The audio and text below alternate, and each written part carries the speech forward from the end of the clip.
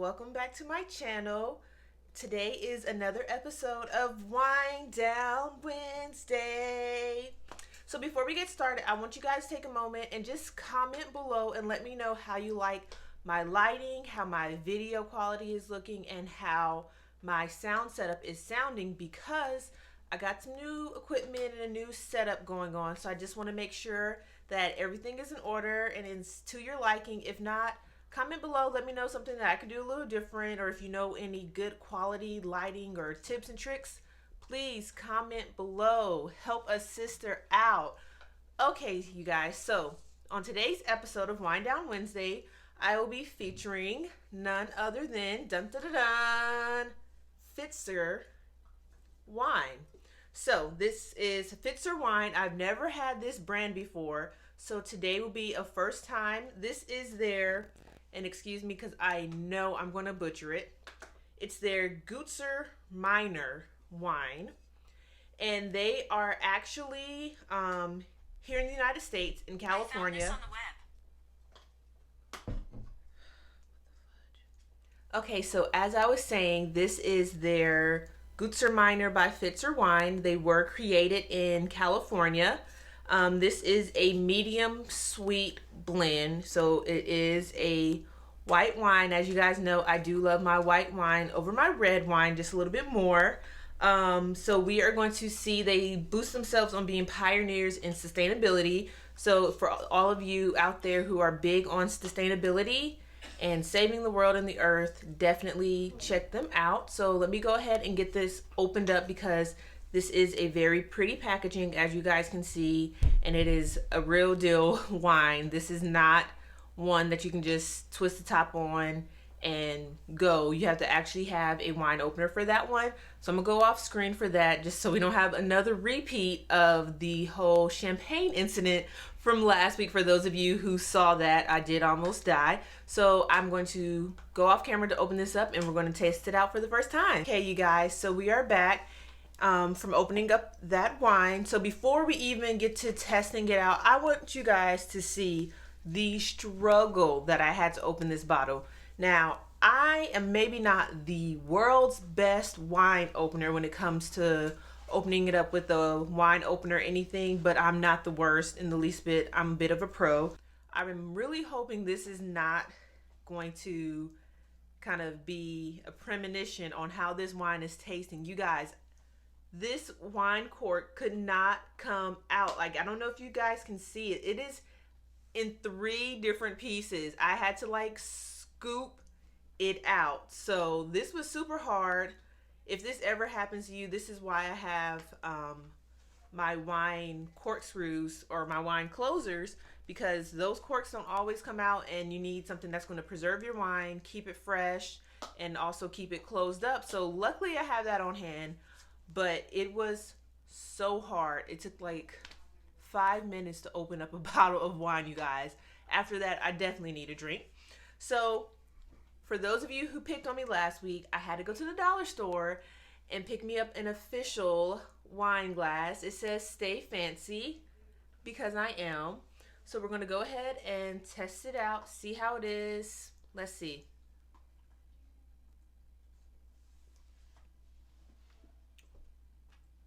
Oh, wow. That's good. That is some good wine. So for those of you who like your sweeter wines and you like Riesling, at first I thought it was Riesling, whatever, but your Riesling wines, how it has that sweet dessert taste, this has something very similar to that at the end, but it starts out with a slight tartness and bitterness as if it is a red, and then it changes into that sweet Riesling flavor. I would pair this up perfectly with a garlic, like a spicy garlic dish. So I do this really good spicy garlic pasta with shrimp. You could definitely do it with that. It could really go good with red meats as well, even though it is a white wine, and typically you have your white wines with your lighter foods, your desserts, your vegetables, your seafood. I could definitely see this still going pretty well with your red meat. So if you did like a lasagna, it would go perfectly good. It could also go really good now that I'm kind of tasting it more. It could go really well with certain soups. Really good with it. Wow. That's really delicious. So once again, let me go ahead and show you guys the bottle again. This is Fetzer, and this is their Gewurtztraminer blend. This is what it looks like. And of course, one of the important parts of the Wine Down Wednesday is figuring out where I got it from and pricing. So I got this wine at Walmart, which a lot of my wines that I get will come from Walmart because it's easy. It's right there. When I'm getting off of work, I usually go to Walmart to pick up something for dinner or any knickknacks. And it's easy to go down the wine or the alcohol or beer wine at Walmart, pick you up a bottle. So that's another reason why I'm pleasantly surprised. I feel like you could also find that at a Harris Teeter. Just from what I'm looking at, the shape of the bottle, the name, the tasting, and the flavor, you could also find this at another higher end type grocery store. I paid, let me think. For that bottle, I think I paid $7.98 or $9.98. It was definitely less than $10 because, again, we are balling on a budget this year.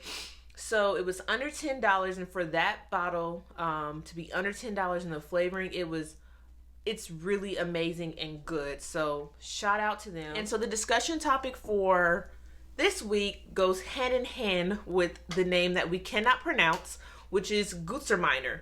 It makes me think of something German, which leads me to a lot of people, especially people in my family. I've had some conversations with family members and friends who would love to travel more, and that's going to lead to another video that I do have coming out soon, which is our travel challenges. I haven't forgot about you travel bugs, but want to travel more, want to get out the country, or for those of you who have traveled but haven't been out the country because you do not have your passport. You guys, in this day and age, you definitely need your passport. It will open up so many doors and so many opportunities to explore that you never thought you would be able to. And you can't go because you don't have your passport. So today I'm just going to give you guys a little bit of information about getting your passport. So, of course, I have my handy dandy notes right here. And of course, my handy dandy wine glass. So let me go ahead and get started with a little bit of information for you guys. The first thing you need to know about getting your passport is where to go to find out all the information, the documents you need, the mailing addresses, how to do that.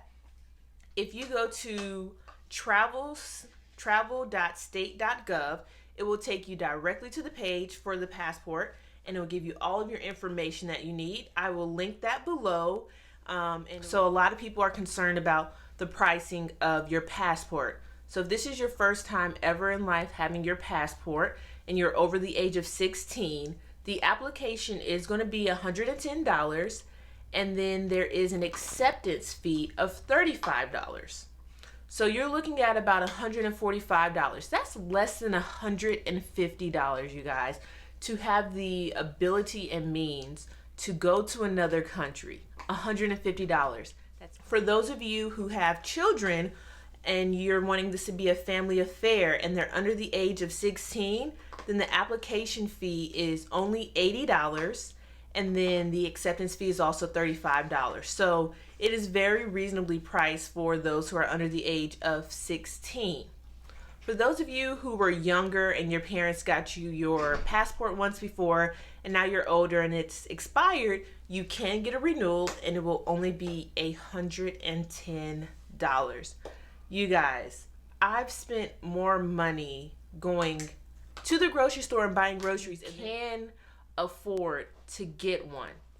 Now, around 2008, the United States did start to offer the passport card, which looks like an ID card. It's a passport card, and it looks like your identification card. It says United States passport card and all that jazz.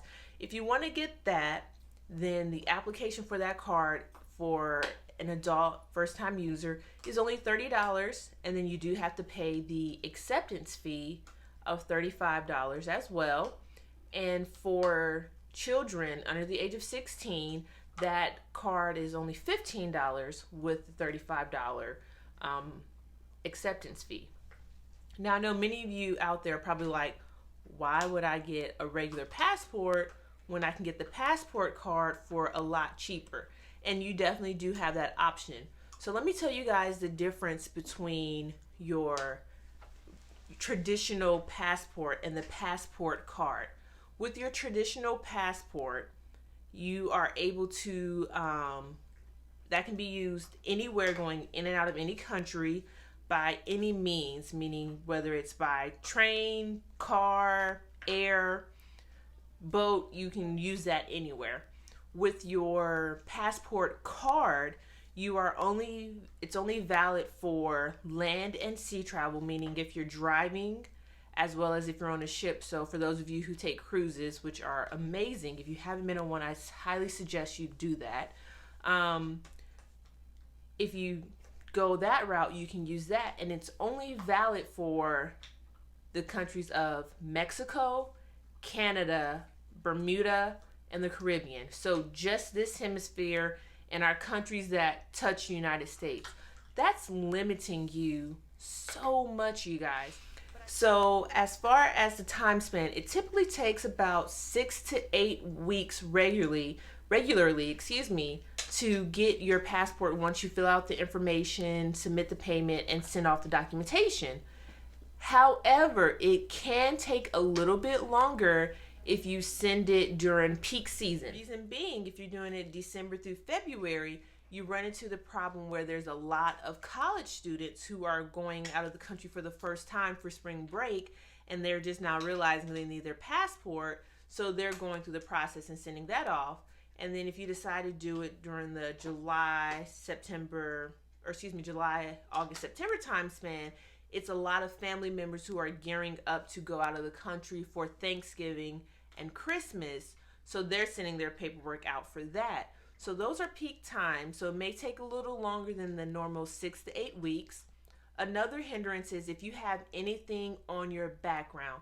So if you've been previously arrested, or if you've been turned down for a gun permit or anything of that nature, it will take a little bit longer but you do have the option of getting your passport expedited. Excuse me, you guys. You do have the option of getting your passport expedited if you pay an extra fee, and you'll get it within 2 to 3 weeks. So now that we know the pricing of it, we know what website you need to go to for that, the difference between a passport and a passport card, and the time that it takes to normally get it. Here are a few things that may stop you from receiving your passport. If you owe more than $2,500 in child support, you will not be able to get your passport yet. You have to pay that, which, I mean, the government's in your business, but I kind of get it. If you got money to be paying for a passport and to be going out the country, you got money to pay your past child support. I know some people may not agree, but I mean, take care of your kids, y'all. That goes for the men and the women. Also, if you are in a legal dispute with your ex-spouse or the mother or father of your child over custody, you will not be able to just willy-nilly get a passport for your child, because that kind of puts them at unease, and you're a flight risk for you and your child, as you could take your child out of the country and that y'all never be heard of again. So unfortunately, if you're going through that, then you will not be able to get a passport for your child. It shouldn't hinder you, but as far as you getting it for your child, it definitely will. So we've gone through all of that. I know a lot of y'all are like, well, okay, well, why should I get my passport? I have no desire. I can't afford to go out the country. You guys, it is January. Tax season is upon us. So a lot of you may be wondering, okay, what can I do with my refund? I'm already caught up on bills, or I have no bills. I don't know what to do with this money. I have about $2,000, anywhere between $2,000 and $8,000 coming back. That higher numbers for those of you who have kids. For those of us who are single with no kids, we ain't ever gonna see 8 G's. It's so sad. But if you are single with no kids and you getting 8 G's, holla at me. I need to talk to you. But either way, you're going to be getting some money back, which kind of leads me into how to save for your passport. Like I just mentioned, you can take your refund check and use that to purchase your passport. Just write out, just boom, $200 out your refund, didn't make a dent. It's free money. Okay, so the next way that you can, I'm sorry, I'm like looking down at my notes. The next way that you can save money for your passport, which I think is a good way if you're a visual person like I am, and like my sister, I kind of suggested this to her earlier this week, is go out and buy a cute passport book. One of those book covers, you can get them from Target, you can get it from Walmart, you can go online, Amazon, eBay, all that. Cute passport book holder. And you go ahead and purchase that. And every time you get paid, take $20 or $30 out cash and stick it into that passport book. When you put it into your passport book, it's a visual representation of what you are saving up for.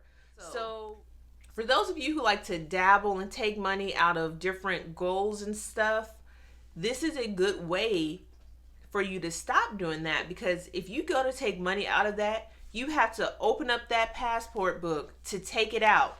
You can visually see, I am taking money from me getting a passport. That makes you second guess a lot of the times you taking that money and using it for something other than what it was intended for. If you don't have any willpower whatsoever still, then the next thing to do is to get a certain savings account that takes 2 to 3 days for you to take money out of. So for instance, I have a Marcus account, and I say certain savings account. I put money in there, I put money in there, I put money in there. If I want to take money out and for it to go to my checking account, it takes it like 2 to 3 business days.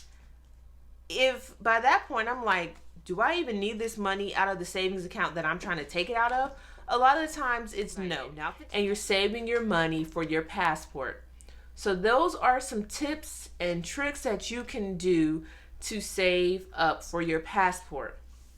Once you have your passport, you guys, it opens up literally the entire world. The world is your oyster. You guys, that's all that I have for you. Once again, the wine for the week is Fetzer, which is their Gewurtztraminer blend. It was awesome. It was amazing. It kind of has, again, that bitter red wine taste, and then it transitions into that sweet Riesling taste, and it was amazing and delicious. I love you guys, and I hope you guys have a great week. I will see you next week. Boss, sit. Say hi to the people.